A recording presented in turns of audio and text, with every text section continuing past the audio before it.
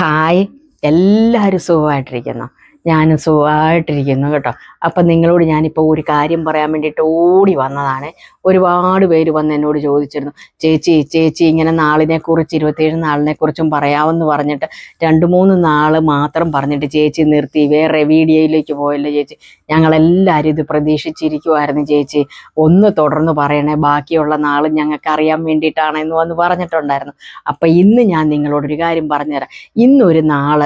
ഇന്നൊരു നാളെന്ന് പറഞ്ഞാൽ അതായത് ഈ ഒക്ടോബർ 27 വരെ ഈ ഒരു നാള് ഭയങ്കരമായിട്ട് മിന്നിത്തിളങ്ങി നിൽക്കുന്ന ഒരു സമയമാണ്. ഈ നാളുകാരെ ഈ ദിവസങ്ങളിൽ എന്താഗ്രഹിച്ചാലും നടക്കുകയും ചെയ്യും. ഇവരെ കണി കണ്ടാലും നല്ലതാണ്, ഇതെല്ലാം നല്ലതാണ്. അതേത് നാളാണെന്ന് ചോദിച്ചിട്ടുണ്ടെങ്കിൽ ഞാനിപ്പോൾ നിങ്ങളോട് പറഞ്ഞു തരാവേ. മറ്റൊരു നാളുമല്ല, നമ്മളെല്ലാവരും പറയും, അതായത് പൂർവീകർ തൊട്ട് പറഞ്ഞിങ്ങ് പോരുന്ന ഒരു കാര്യമാണ്. ചില ജ്യോത്സ്യന്മാരും എല്ലാവരും പറയും ഓരോ നാളിനും. ഞാൻ പലപ്പോഴും പറഞ്ഞിട്ടുണ്ട്, ജനിക്കുന്ന രാശിയുടെ കുഴപ്പമുണ്ട്, ജനിക്കുന്ന മാസം, അതുപോലെ തന്നെ ജനിക്കുന്ന സമയം, നാള്, ഇതെല്ലാം ഇതിനോടനുബന്ധിച്ചിരിക്കും കേട്ടോ. അപ്പം ഈ നാളെന്ന് പറഞ്ഞിട്ടുണ്ടെങ്കിൽ നമ്മളെല്ലാവരും പറയും, അയ്യോ കണ്ടാൽ പേടിയാണ്, അല്ലെങ്കിൽ അവർ നോക്കുന്നിടം അസ്തമിച്ചു പോകും, ഇവരെ കണി കണ്ടിട്ട് പോകാൻ കൊള്ളത്തില്ലെന്നൊക്കെ നമ്മൾ പറയും.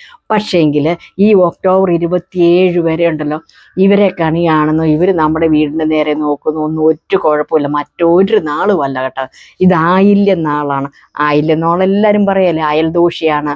ഈ ആയില്യം നാളുള്ള സ്ത്രീയെ കെട്ടിച്ചുകൊണ്ട് ചെല്ലുന്ന വീട് ഏറ്റവും നല്ലതായിട്ട് വരും. അവരെന്താഗ്രഹിച്ചാൽ ആ വീട്ടിൽ വെച്ചടി കയറ്റമായിരിക്കും. എൻ്റെ വീട്ടിലും ആയില്യം നാളുണ്ട്. എൻ്റെ ഒരു ആങ്ങളുടെ മോൻ്റെ നാളായില്യമാണ്, ഒരു ചേച്ചിയുടെ മോടെ നാളായില്യമാണ്.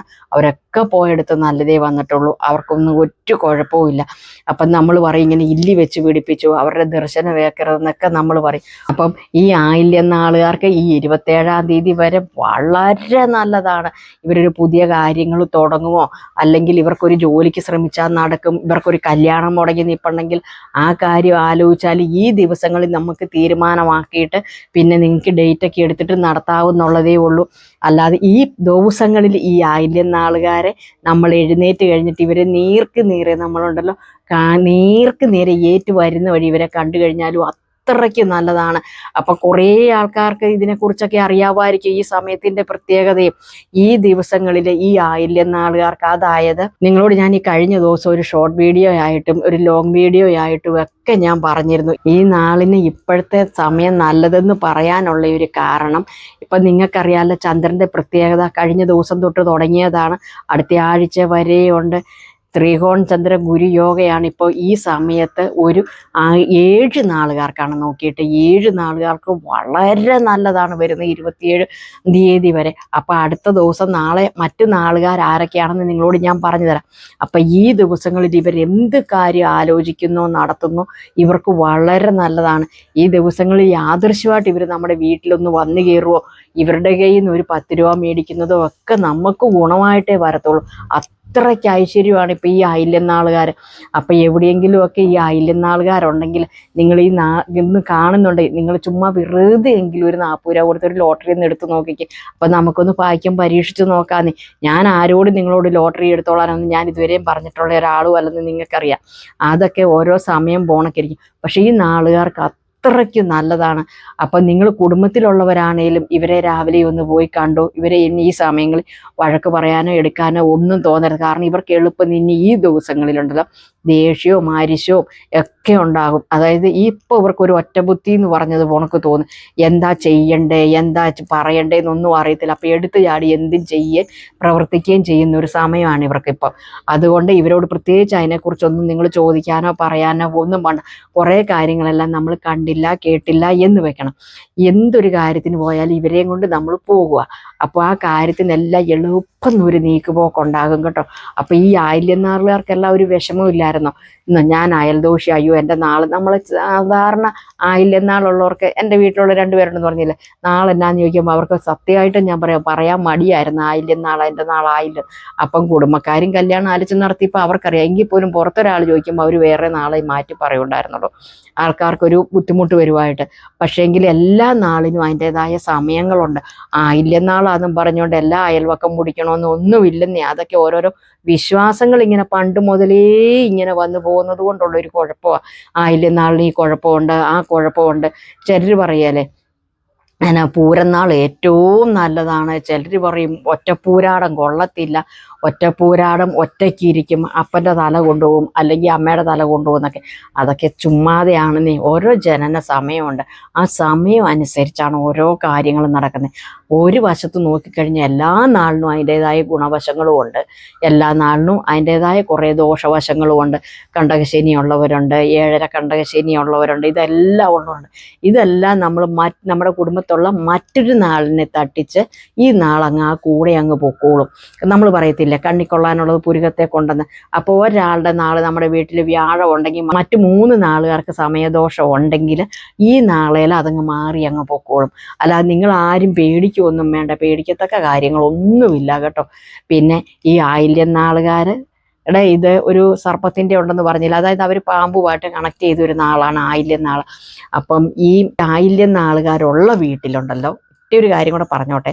ഈ ആയില്യം നാളുകാരുടെ നാളുമായിട്ട് ഞാൻ കഴിഞ്ഞൊരു വീഡിയോയിൽ നിങ്ങളോട് പറഞ്ഞിരുന്നു, കല്യാണ സൗഗന്ധ്യത്തിൻ്റെ കാര്യം പറഞ്ഞിരുന്നു. ഈ ആയില്യം നാളുകാരുള്ള വീട്ടിൽ ഈ ഒരു കല്യാണ സൗഗന്ധ്യം വെച്ച് പിടിപ്പിക്കുന്നത് ഏറ്റവും നല്ലതാണ്. നമ്മൾ പ്രതീക്ഷിക്കാത്ത കാര്യങ്ങൾ നടക്കും. അതുപോലെ തന്നെ ബാക്കി കുറച്ച് നാളും കൂടിയുണ്ട് ഈ കല്യാണ സൗഗന്ധ്യം മെയിനായിട്ടും വെച്ച് പിടിപ്പിക്കേണ്ട വീടുകൾ.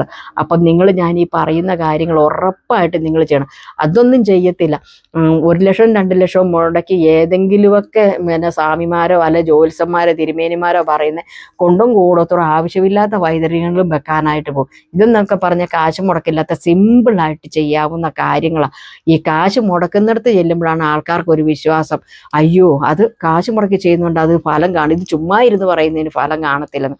അതുപോലെ നിങ്ങൾ തന്നെ ഒന്ന് ശ്രദ്ധിച്ച് നോക്കിക്കേ. നമ്മളൊരു കടയിൽ പോയി ഒരാപ്പിൾ 200 രൂപയ്ക്ക് മേടിച്ചു. വഴിയോരത്തിരിക്കുന്ന ആപ്പിള് 100 രൂപയ്ക്ക് കിട്ടിക്കഴിയുമ്പോൾ നിങ്ങൾ പറയും, ആ 200 രൂപയുടെ ആപ്പിളാകട്ടോ നല്ലത്, ഈ 100 രൂപയുടെ ഒരു ഗുണവും കാണത്തില്ലെന്ന്. പക്ഷേ എന്താണ് പറയുന്നത്, ഈ നല്ല സാധനം ഈ വഴിയോരത്തു നിന്ന് 100 രൂപയ്ക്കായിരിക്കും ചിലപ്പോൾ മേടിച്ചോണ്ട് പോയി ഈ കടക്കാർ കൊണ്ടുപോയി 200 രൂപയ്ക്ക് വിൽക്കുന്നതെന്ന് ആർക്കും അത് ബോധ്യപ്പെടുത്തില്ല എന്ന് പറഞ്ഞുകൊണ്ട് തന്നെയാണ് ഈ കാര്യങ്ങളും. ലക്ഷങ്ങൾ മുടക്കി ആവശ്യമില്ലാത്ത കാര്യങ്ങളുടെ പുറകെ ഓടും. സിമ്പിളായിട്ട് എന്തെങ്കിലും ഒരു കാര്യം പറഞ്ഞാൽ നിങ്ങൾ ആരും അത് ചെയ്യത്തില്ല. ആദ്യമേ അങ്ങനെയുള്ള കാര്യങ്ങളൊക്കെ നിങ്ങളൊന്ന് പരീക്ഷിച്ച് നോക്കിയിട്ട് കയ്യിലെ കാശ് കൊണ്ടുപോയി വെറുതെ കളയരുത് കേട്ടോ. കയ്യിലെ കാശ് കയ്യിലിരിക്കണം, നമുക്ക് ഒരുപാട് ആവശ്യങ്ങളൊക്കെ ഉള്ളതല്ലേ.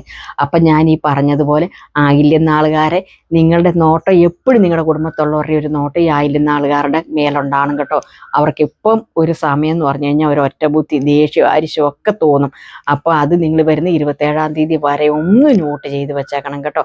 ഇനി ഈ സമയത്ത് ഒരു 6 നാളുകാരും കൂടെ ഉണ്ട് ഇതുപോലെ തന്നെ ഗുണമുള്ള ഒരു നാളുകാരും. അവരുടെ കാര്യങ്ങൾ കുറേ ഒപ്പം പറയാനായിട്ട് സമയമില്ലാത്തത് കൊണ്ട് അത് നാളെയും മറ്റന്നാളുമായിട്ട് ഉറപ്പായിട്ട് നിങ്ങൾക്ക് പറഞ്ഞു തരാം കേട്ടോ. ആയില്യം നാളുകാർ പിന്നെ ചെയ്യേണ്ട ഒരു കാര്യം കൂടെയുണ്ട്. ശനിയാഴ്ച ദിവസം നിങ്ങൾ ശിവക്ഷേത്രത്തിൽ പോയി ശിവന് ഒരു കൂവളത്തുമാലയിട്ട് ഒരു പിൻവിളക്കും കത്തിക്കാൻ മറന്നു പോകരുത് കേട്ടോ ശനിയാഴ്ച. അങ്ങനെ നിങ്ങളൊരു 7 ശനിയാഴ്ച ചെയ്താൽ ഏറ്റവും ശുഭകരമായിട്ട് തന്നെ തീരും കേട്ടോ. പിന്നെ നിങ്ങൾക്ക് എന്തെങ്കിലും സംശയമോ മറ്റു കാര്യങ്ങളോ ഉണ്ടെങ്കിൽ കമന്റ് ബോക്സിൽ വന്ന് കമന്റ് ചെയ്യാൻ മറക്കല്ലേ. അപ്പോൾ അടുത്ത വീഡിയോയിൽ നമ്മൾ വീണ്ടും കാണും. Tata bye bye. ഓക്കേ.